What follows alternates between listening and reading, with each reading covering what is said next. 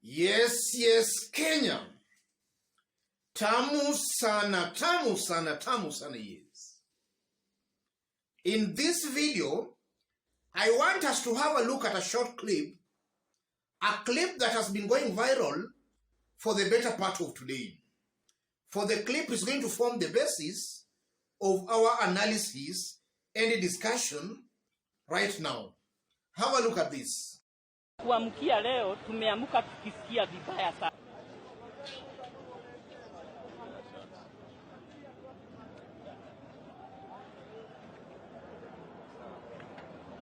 Yes.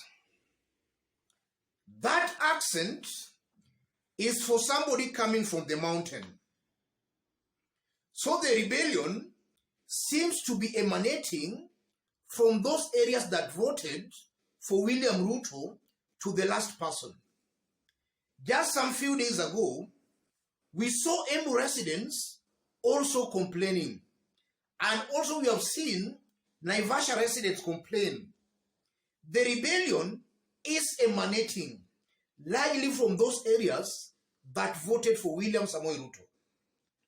And I'm seeing a very high possibility where in the coming days, areas that never voted for William Ruto are also going to join in the rebellion. I'm seeing that high possibility. So in this video, I want us to understand exactly what is happening behind the scenes. I'm not taking those rebellion, all those remarks lightly. There is more than meets the eye. There is more to those remarks by those William Ruto supporters. That's what I want us to find out in this video. In case you are watching us for the very first time, subscribe, give this video a like. Yes, it's clear that those areas that voted for William Ruto are the ones complaining more than any other area in Kenya. We have seen that in Embu, Naivasha, and we are seeing it all over the country in areas that voted for William Ruto. What does that mean, ladies and gentlemen? The first meaning, these William Ruto supporters voted for him to punish Uhuru and Raila Odinga. That's very clear. And now that Uhuru and Raila Odinga are not in the picture, they are now asking themselves, what have we done? What have we done? Because William Ruto just got into the office some few days ago. So naturally it's expected that his supporters should be patient with him. But these supporters of William Ruto are not being patient with him. That shows it clearly to me that they know that even if they give William Ruto time, it's clear he will not deliver.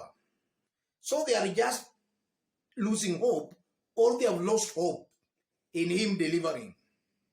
That shows they voted for him, not caring whether he was to deliver or not, but just to punish some leaders and some people. Most likely the President Uhuru Kenyatta and Raila Odinga. That comes out very clearly. In other words, they voted out of emotions. They voted not rationally. They voted irrationally. And that's what we call democracy. And looking at how some Kenyans have been voting, I might be tempted to agree with a Greek philosopher Plato, who actually hates democracy, in that democracy gives equal chances to competent and incompetent citizens to have equal rights when it comes to voting or electing leaders.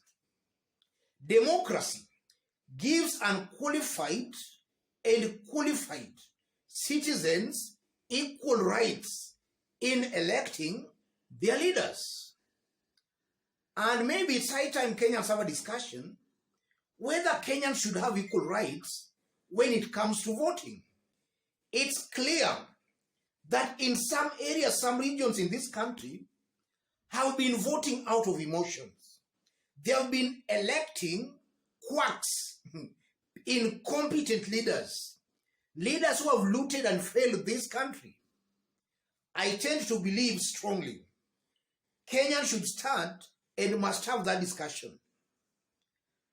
Areas that have been electing quack leaders, it's my suggestion that maybe 10 votes in those areas should represent 1 vote in other areas.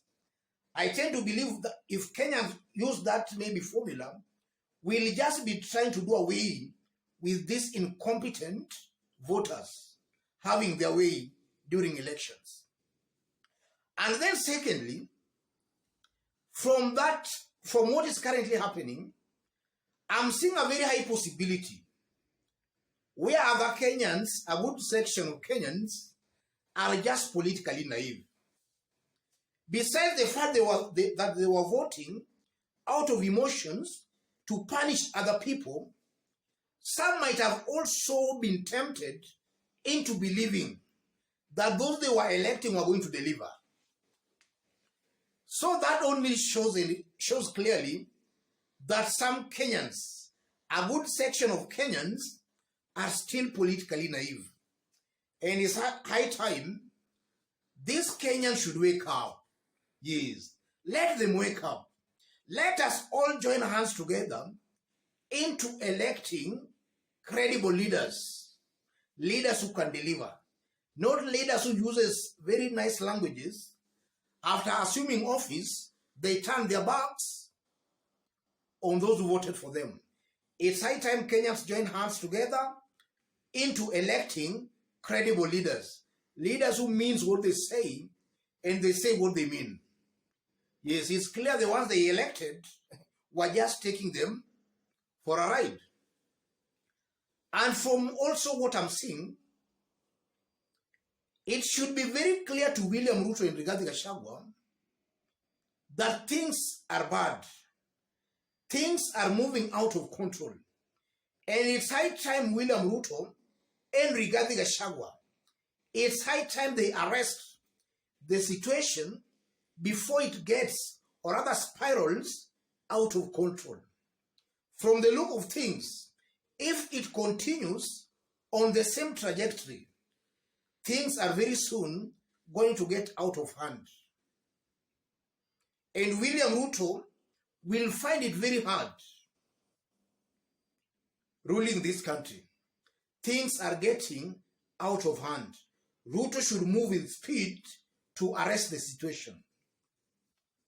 And also, before I conclude, looking at William Ruto and his administration, it's clear their priorities are wrong. They are not getting their priorities right. As I talk right now, a lot of taxpayers' money is being spent abroad in some foreign trips that are most likely not going to add value to Kenyans. A lot of taxpayers' money is being spent outside.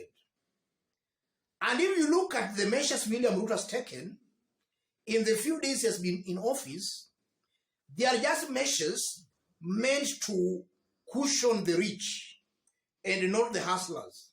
The ones he was saying he was going to form government with them.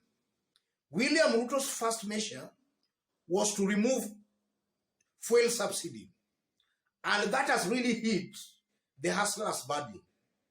And as he removes the subsidies, we have seen him pumping more money to the judiciary. A judiciary that only helps maybe the rich again. The poor Kenyans never get justice in these courts. So William Ruto's immediate measures are to help the so-called rich group, the dynasties, not the hustlers he was saying that he was going to form a government with. So on that basis again, William Ruto has started on a wrong footing. It's high time William Ruto retraces back his steps and gets the right direction. Let me stop it there, ladies and gentlemen. But just as I did indicate when we were starting, in case you are watching us for the very first time, subscribe, give this video a like. Our fans and subscribers here, I'm very much humbled, very grateful for the kind of support you are giving me here. God bless you, God bless Kenya. And to any other person who wants to have a chat, a discussion, or even to support this channel, I've pinned my number on the comment section. Contact me through the number, or you can channel any contribution or support to the number. Let's meet in our next analysis.